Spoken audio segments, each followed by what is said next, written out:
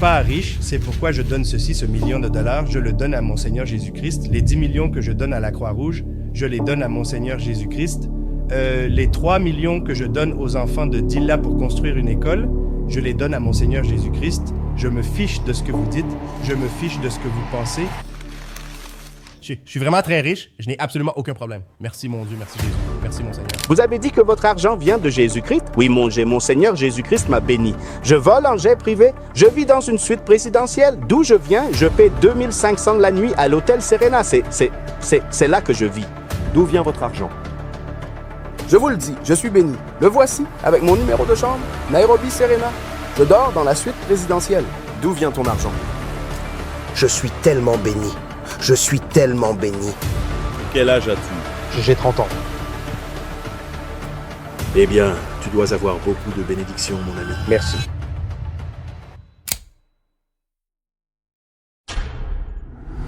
Pendant des années, Lawrence Lual Malong a incarné le fantasme absolu de la réussite africaine sur les réseaux sociaux.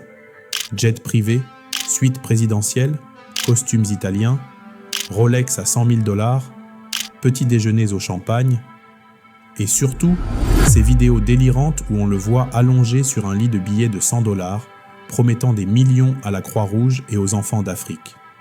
Sur Instagram, sur TikTok, on l'appelait Young Tycoon. Il posait avec des valises de cash, avec des généraux, et même avec le président du Soudan du Sud. Et quand on lui demandait d'où venait tout cet argent, il avait toujours la même réponse, à la fois désarmante et arrogante. Mon argent vient de Jésus-Christ.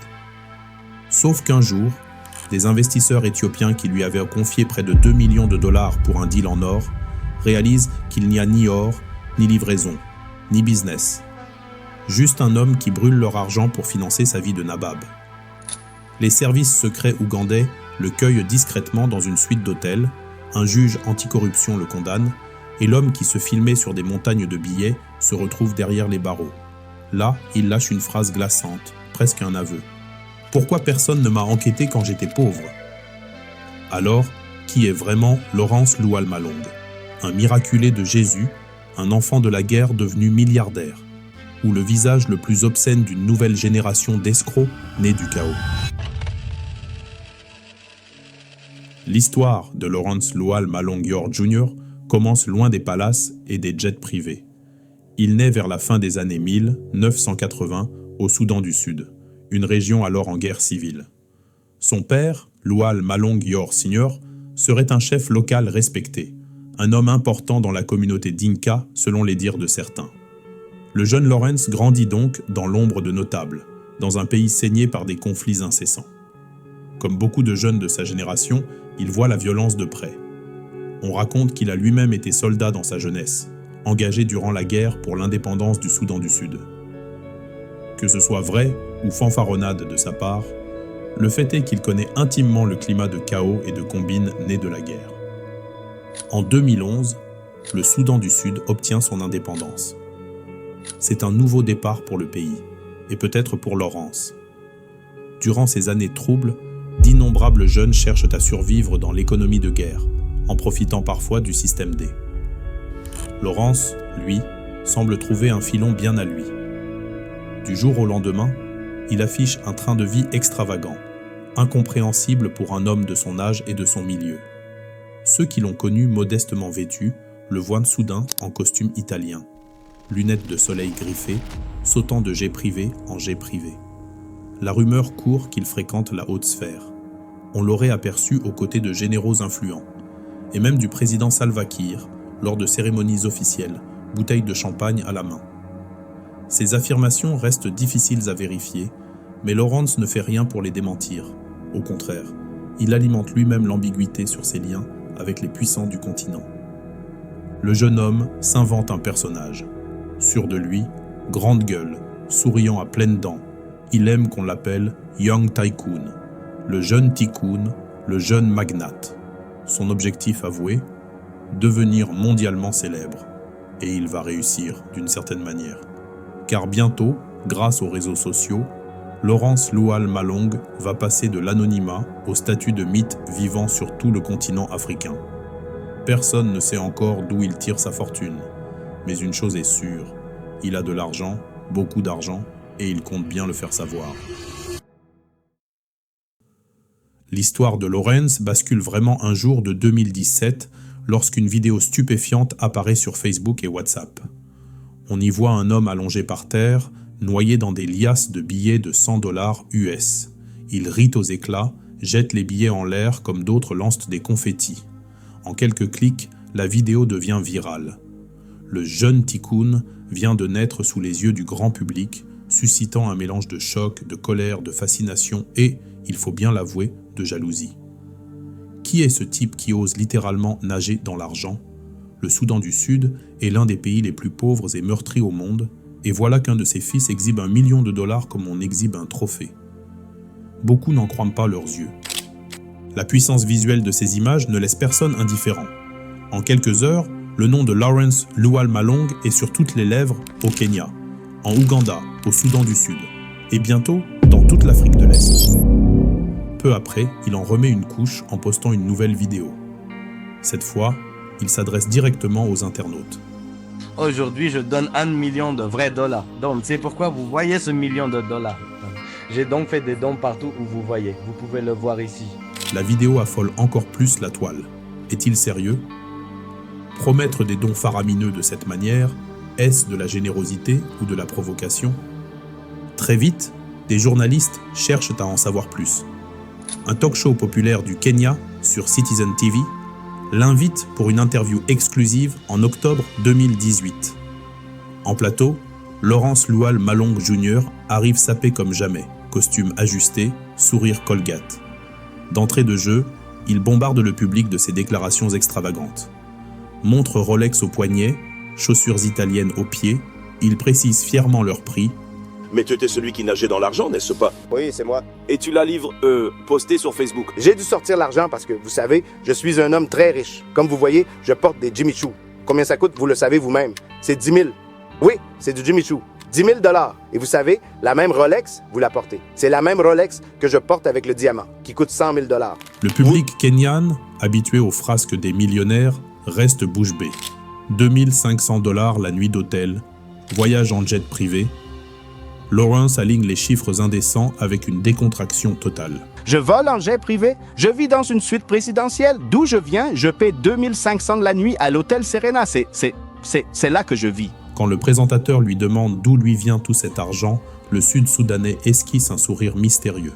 « Mon argent me vient de Jésus-Christ », répond-il simplement, la main sur le cœur. Vous avez dit que votre argent vient de Jésus-Christ? Oui, mon Seigneur Jésus-Christ m'a béni. Sur le plateau, un blanc se fait. L'intervieweur s'attendait à au moins un baratin sur des affaires prospères ou un héritage, mais non. Lawrence attribue sa fortune à une intervention divine directe. À la télé comme sur Internet, tout le monde n'entend plus que cette phrase « My money comes from Jesus ». Pour certains, c'est le comble du cynisme. Pour d'autres, le signe qu'il délire complètement ou se moque du monde. Quoi qu'il en soit, l'effet viral est assuré. Après ces sorties médiatiques spectaculaires, la grande question demeure. Qui est vraiment Lawrence Lual Malong Jr. et comment a-t-il pu accumuler autant de cash? Personne ne croit sérieusement à son histoire de Jésus distributeur de dollars. Alors, les spéculations vont bon train. Très vite, un nom revient. Paul Malong Awan. Ce redoutable général sud-soudanais, ex-chef d'état-major de l'armée, est accusé d'avoir pillé des millions pendant la guerre civile, planqué ensuite à l'étranger. Un documentaire d'enquête, The Profiteers, du journaliste kenyan John Allan Namu, a même affirmé que Lawrence serait le fils ou le beau-fils du général Paul Malong, insinuant que sa fortune viendrait directement des caisses volées du pays. Quand cette accusation lui est rapportée, Lawrence pique une colère.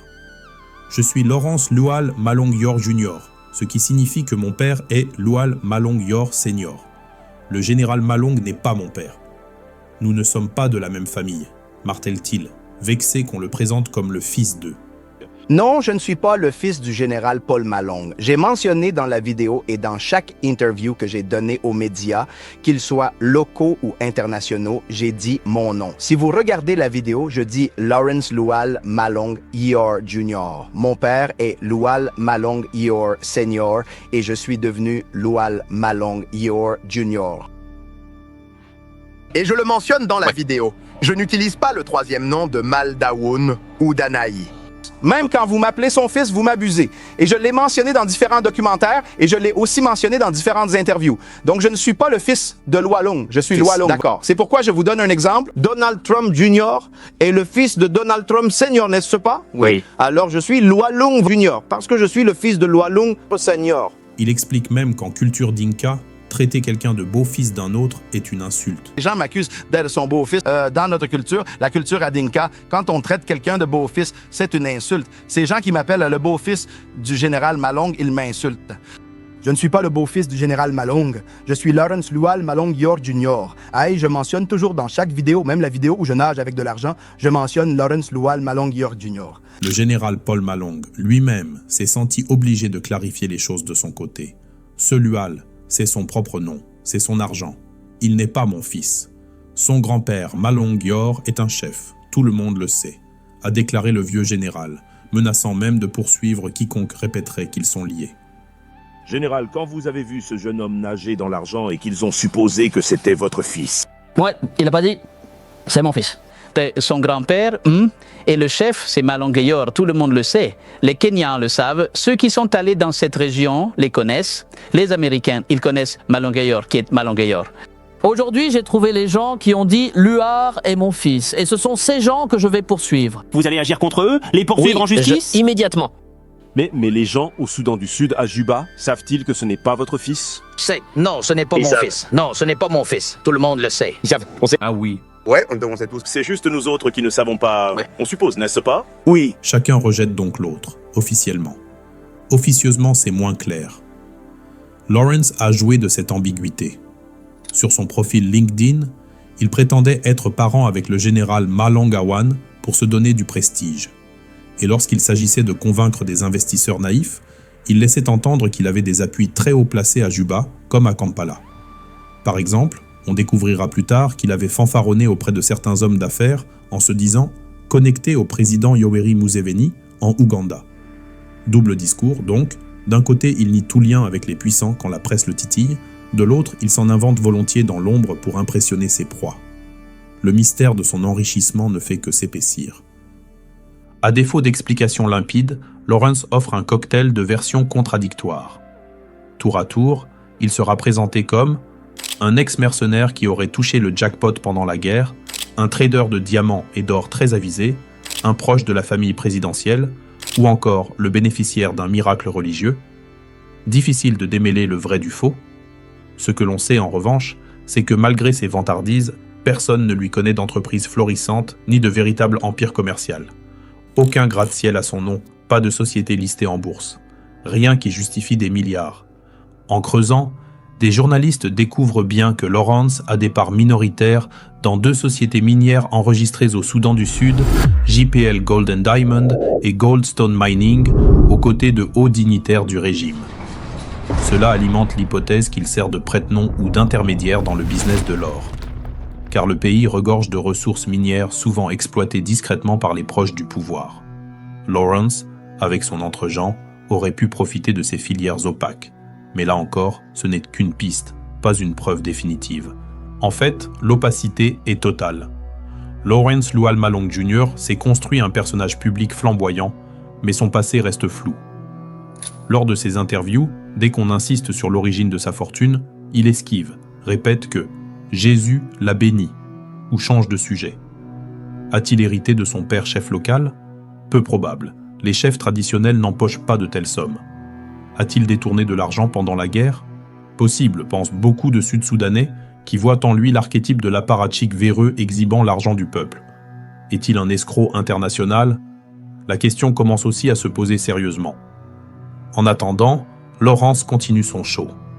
Il adore se filmer au volant de voitures de luxe ou attablé devant des festins opulents.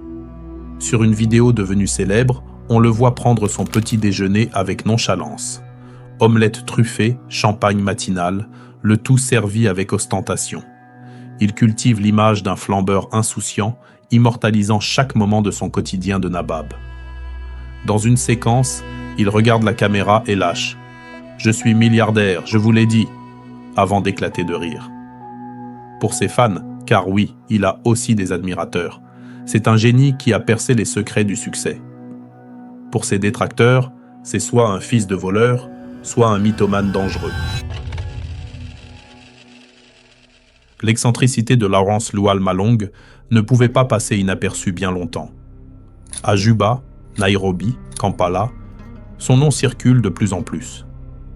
Les autorités, qui d'habitude n'aiment pas trop fouiner dans les affaires des riches alliés, commencent à sentir la pression de l'opinion publique. Au Kenya, l'interview de Citizen TV a fait scandale. Comment un individu peut-il prétendre donner des millions à la Croix-Rouge sans que personne ne le connaisse ? La Croix-Rouge kenyane elle-même dément catégoriquement avoir jamais reçu un sou de lui. Les affirmations de M. Yor sont fausses, trompeuses et malveillantes, déclare sa porte-parole, outré d'être instrumentalisé dans ce qui ressemble à un mensonge éhonté. Même son de cloche du côté de la Croix-Rouge sud-soudanaise. Aucun don de ce type n'a jamais eu lieu. Voilà qui ternit sérieusement l'image de bienfaiteur que Lawrence voulait se donner. Sur Twitter et Facebook, les commentaires fusent. Des étudiants kenyans éblouis un temps par la promesse de financement de leur union, le Kenya University Students Organization, se sentent floués en apprenant que c'était du bluff. Un éditorialiste sud-soudanais, Diop Chakwol, publie un texte assassin dans lequel il traite Lawrence de voleur orgueilleux et de parrain mafieux fier de avoir braqué une banque. Je me demande ce que Jésus a en tête maintenant que son prétendu protégé s'est fait arrêter, ironise-t-il en référence à l'arrestation imminente du Tikkun. Car oui, les rumeurs d'arrestation commencent à poindre. Les autorités ougandaises, en particulier, semblent s'intéresser de près à ce Sud-Soudanais bruyant qui réside souvent à Kampala. Lawrence a-t-il flambé trop près du soleil ? Probablement. En novembre 2018, il disparaît brusquement de la circulation. Plus de posts Facebook, plus de vidéos de petits déjeuners dorés. Ses proches s'inquiètent. On signale qu'il n'a pas regagné son hôtel de Kampala le 14 novembre. Sa famille alerte la police ougandaise. Lawrence reste introuvable. Pendant quelques jours, c'est le mystère total. Certains le croient en cavale à Dubaï ou caché au Soudan du Sud. D'autres imaginent un kidnapping par des concurrents ou des victimes de ces possibles arnaques. Finalement, un porte-parole de la police ougandaise confirme que Lawrence Lual Malong Jr. a été arrêté par les services de renseignement interne, ISO. L'ISO, c'est un peu la police secrète du régime ougandais. On apprend qu'une équipe d'agents en uniforme militaire serait venue le cueillir directement dans sa suite d'hôtel, en plein jour, et l'aurait emmené à bord de véhicules banalisés de l'armée. Autant dire qu'il ne s'est pas volatilisé de son plein gré. Pourquoi cette arrestation discrète ? Officiellement, Lawrence est un personne d'intérêt dans une enquête en cours. Officieusement, des sources soufflent qu'il serait mêlé à un vaste trafic d'or contrefait et d'arnaques aux investisseurs étrangers. Il aurait fait perdre des milliards de shillings à des étrangers crédules dans de fausses transactions aurifères. Les autorités restent floues, mais l'affaire sent mauvais. La nouvelle de son arrestation fait les gros titres dans la région. Au Soudan du Sud, beaucoup poussent un soupir de soulagement teinté de vengeance. Enfin, on va savoir d'où venait son argent, espèrent certains. Ou, il l'a bien cherché à force de narguer tout le monde. Au Kenya et en Ouganda, les médias évoquent le mystère Lual Malong. On scrute chaque info le concernant. L'homme qui jouait au billionnaire flamboyant est devenu malgré lui une figure symbolique. Celle de l'argent sale et de l'arrogance impunie. Son arrestation discrète laisse quand même perplexe. Pourquoi ne pas l'avoir inculpé officiellement tout de suite ? Y aurait-il des forces occultes qui le protègent encore ? Pendant ce temps, Lawrence croupit dans une cellule, interrogé par les officiers de l'ISO. D'après des témoins, il clame à qui veut l'entendre qu'il n'a rien fait de mal, que tout est jalousie autour de lui. Mais pour la première fois, il ne peut plus poster sur TikTok ou Facebook pour fanfaronner. Le silence est tombé sur ses réseaux sociaux. Le jeune Tikkun est aux abonnés absents, et cela pour de longs mois. En réalité, ce n'est que le début de ces démêlés judiciaires. L'étau est en train de se resserrer et l'enquête progresse patiemment, loin des paillettes et d'Instagram. L'affaire se précise au fil des investigations et ce qui en ressort a de quoi laisser pantois. Derrière la façade du fêtard millionnaire se cache en réalité un habile escroc international, opérant un scénario digne d'un film selon les propres mots d'un juge.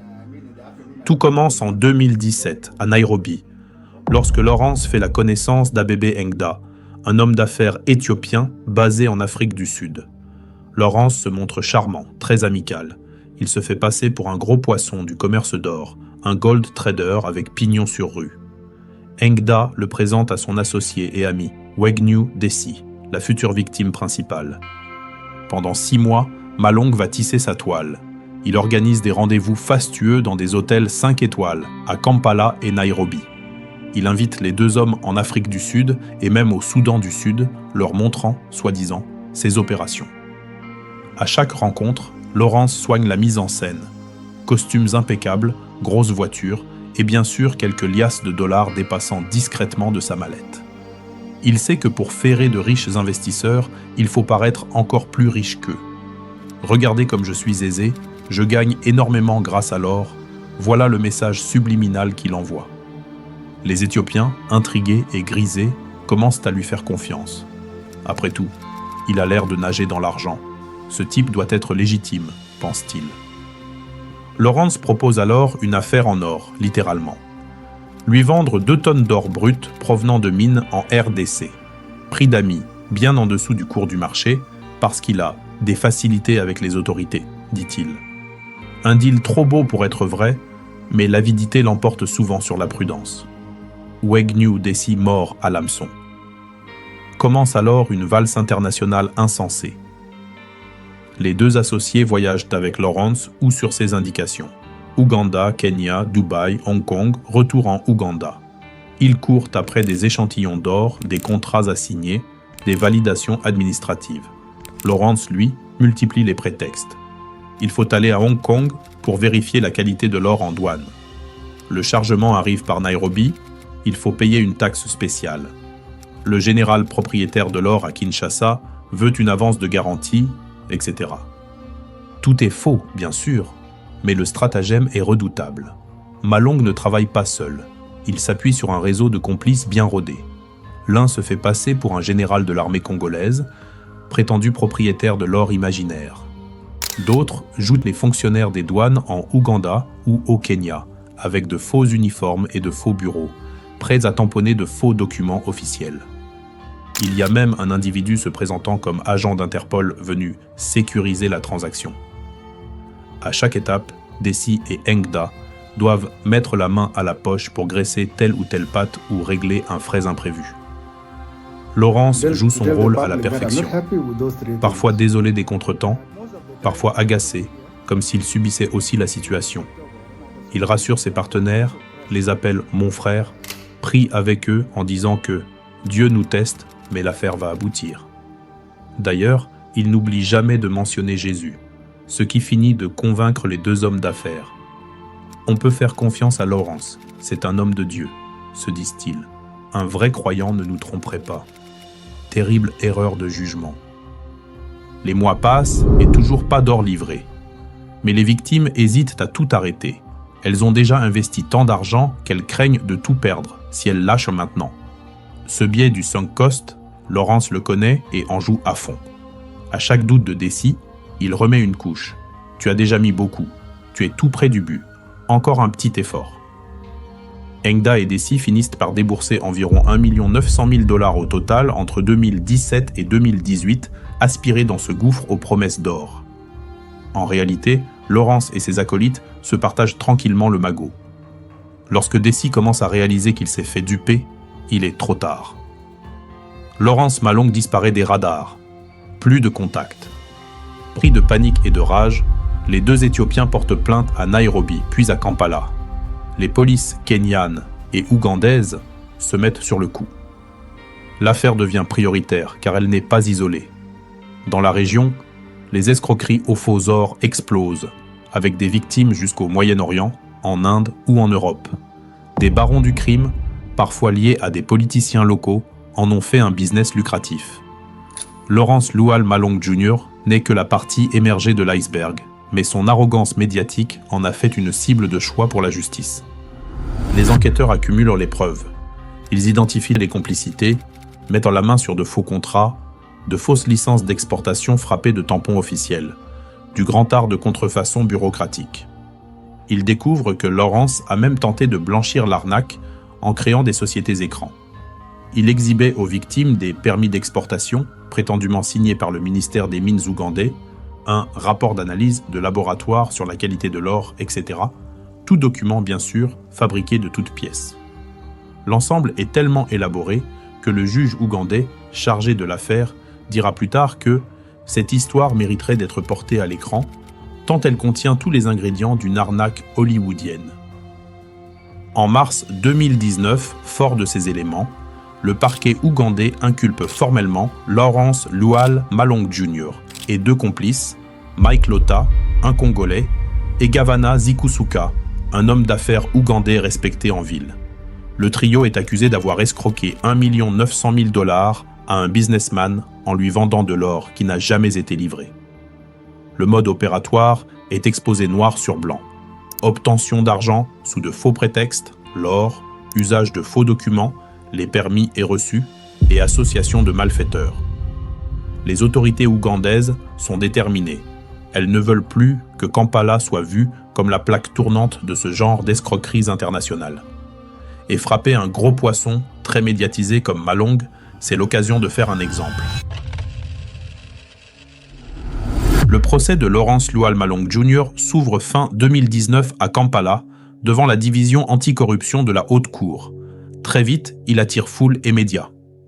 La star des réseaux sociaux tombe le masque pour devenir le prévenu Malong. En entrant dans la salle d'audience, il tente un sourire vers les caméras, mais on le sent nerveux.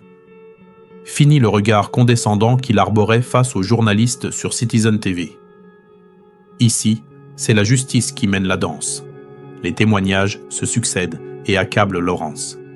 Les victimes éthiopiennes racontent avec détail comment elles ont été bernées, évoquant la foi affichée de Malong pour gagner leur confiance, les voyages incessants qu'il leur a fait faire, les dizaines de milliers de dollars déboursés à chaque étape. Elles admettent presque gênées s'être laissées aveugler par le luxe ostentatoire de Lawrence et sa cour. Il voyageait en jet. On rencontrait de hauts responsables grâce à lui.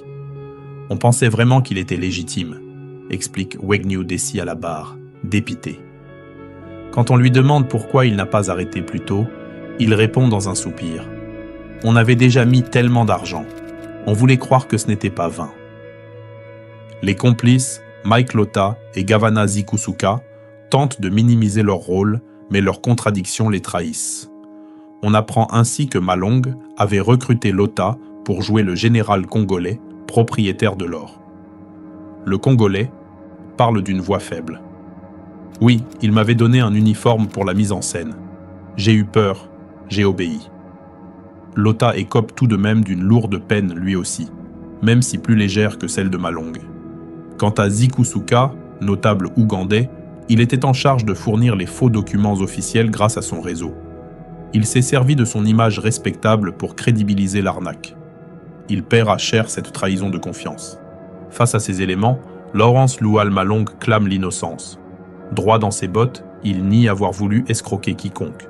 « Je suis un homme d'affaires légitime. Ce sont des partenaires qui n'ont pas compris les risques, » lance-t-il au tribunal, osant presque blâmer les victimes.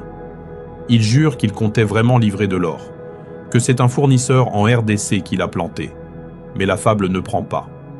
Les faux documents retrouvés dans ses affaires, les transferts d'argent vers ses comptes personnels, tout indique une escroquerie calculée.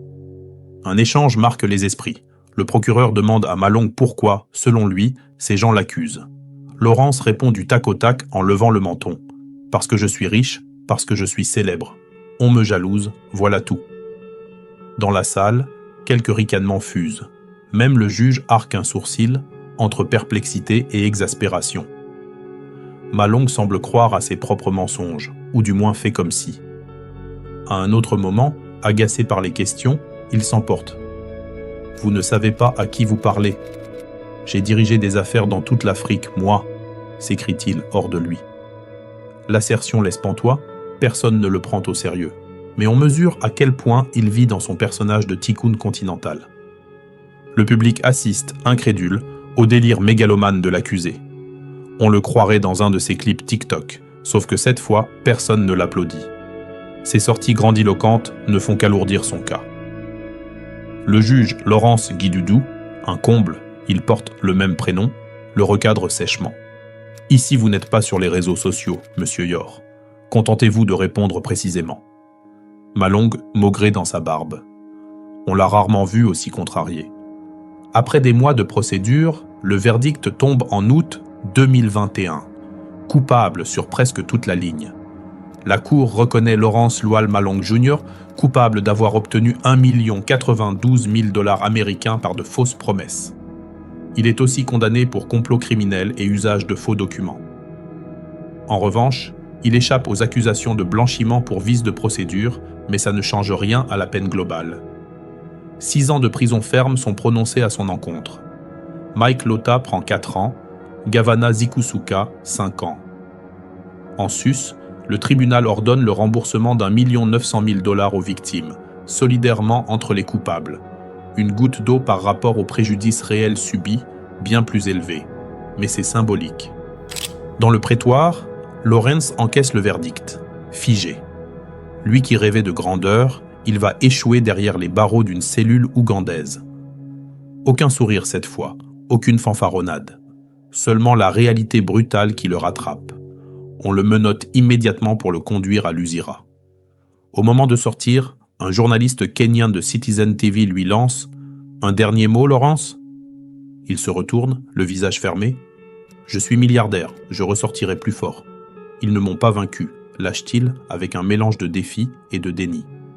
Puis, il disparaît, encadré par les gardiens, tandis que les caméras capturent ses dernières secondes de liberté envolée.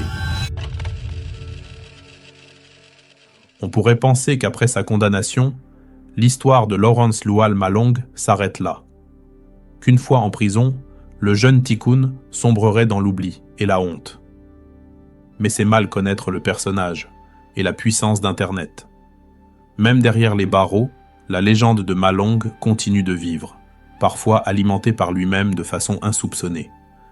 D'abord, il y a les interviews en prison. Profitant de la médiatisation du cas, quelques journalistes sud-soudanais obtiennent la permission de l'interroger à l'Usira. On le retrouve, visage légèrement amaigri, mais toujours hâbleur dans sa tenue de détenu. Le discours n'a pas changé d'un iota. « Je suis innocent. On m'a piégé parce que j'ai de l'influence. Je pardonne à mes détracteurs », dit-il d'un ton paternaliste lors d'une interview à travers la vitre du parloir. À un journaliste qui lui fait remarquer que Jésus ne l'a pas beaucoup aidé sur ce coup-là, Lawrence répond du tac au tac. « Jésus m'éprouve, mais il sait que je suis milliardaire dans l'âme. Ma richesse viendra toujours de lui. » Désarmant. Ces entretiens fascinent le public. Ils donnent un aperçu de la psychologie de ce mégalomane qui persiste à se croire au-dessus de tout. Certains psys commentent à la radio « Ce monsieur semble prisonnier de son propre mensonge. Il a créé un personnage et vit encore dedans pour ne pas s'effondrer. » Il est vrai qu'à écouter Lawrence, on a l'impression qu'il se voit toujours sur un trône imaginaire. Il parle de ses projets comme s'il allait sortir demain. « Je construirai cette école, je financerai les églises, je n'abandonnerai pas. » Il assure avoir un plan pour rembourser les victimes, sans toutefois expliquer lequel. Peut-être compte-t-il sur un autre miracle financier. Ensuite, il y a ce qui se passe en coulisses. Début 2023, rebondissement. On apprend que Lawrence Lual Malong a été libéré discrètement, bien avant l'échéance de sa peine. Comment est-ce possible? Un journaliste ougandais du Daily Monitor révèle qu'une greffière de la cour d'appel a falsifié un document en janvier 2023 pour ordonner sa libération anticipée. Manifestement, des dessous de table ont circulé. La nouvelle crée un scandale. La justice ougandaise ouvre une enquête interne, suspend la greffière et annule illico la fausse ordonnance. On réalise que Lawrence a failli s'évaporer dans la nature grâce à des complicités achetées. Preuve qu'il lui restait peut-être pas mal de liquidités cachées pour tenter ce coup tordu. Pendant les quelques jours où l'ordre de libération était en vigueur, on ignore s'il a physiquement quitté la prison ou si cela a été stoppé juste à temps, une vidéo TikTok incroyable surgit en ligne. Devinez qui y figure? Lawrence Lual Malong, bien sûr. Allongé à nouveau sur des liasses de billets, exactement comme avant. La vidéo le montre au calme, souriant, remerciant le ciel. « Merci Seigneur, merci à la fraternité pour mon cœur généreux », écrit-il en légende. Ensuite, on l'entend déclarer ses bonnes intentions. Pas riche, c'est pourquoi je donne ceci, ce million de dollars, je le donne à mon Seigneur Jésus-Christ. Les 10 millions que je donne à la Croix-Rouge, je les donne à mon Seigneur Jésus-Christ. Les 3 millions que je donne aux enfants de Dilla pour construire une école, je les donne à mon Seigneur Jésus-Christ. Je me fiche de ce que vous dites, je me fiche de ce que vous pensez. Ah, je suis vraiment très riche, je n'ai absolument aucun problème. Merci mon Dieu, merci Jésus, merci mon Seigneur. Je n'ai pas de problème. Vous pouvez voir des millions de dollars. Vous pouvez voir. Vous pouvez. Vous voyez, ce n'est pas grand-chose, ce truc. 1 million de dollars américains en espèces. Merci Jésus. Merci Seigneur. Merci. Au revoir. Stupéfiant. Comme un remake de 2018 en plein 2023, alors qu'il est censé être en prison. La vidéo provoque aussitôt un tollé en ligne.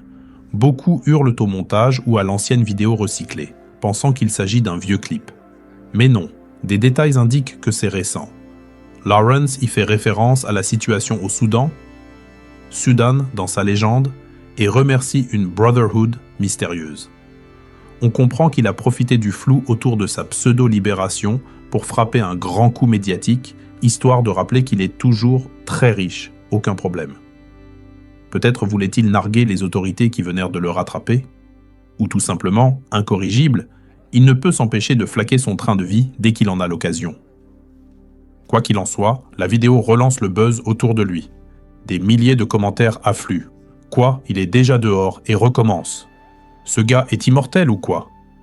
Jésus donne-lui le sens commun STP. Les médias kenyans et ougandais s'en donnent à cœur joie. Un article parle d'une libération mystérieuse du Tikkun sud-soudanais, soulignant la gêne des autorités ougandaises qui ont failli se faire rouler. Finalement, l'ordre de libération falsifié est annulé, et Lawrence retourne, ou reste, derrière les barreaux, la greffière corrompue présentée comme un élément isolé par la justice. Mais l'épisode alimente encore un peu plus la légende. Lawrence Lual Malong est perçu comme capable de tout, même de s'évader légalement avec un sourire. Dans sa cellule de Luzira, Lawrence Lual Malong Jr. médite peut-être sur ses actes. Nul ne sait. Ce qui est certain, c'est que son histoire a marqué les esprits bien au-delà de son cas personnel. Au Soudan du Sud, son pays natal, il est devenu le symbole de toute une génération de nouveaux riches nés du chaos de la guerre. Des jeunes, souvent proches du pouvoir, qui exhibent villas, voitures et liasses, alors que la majorité de la population souffre de la faim et de la misère.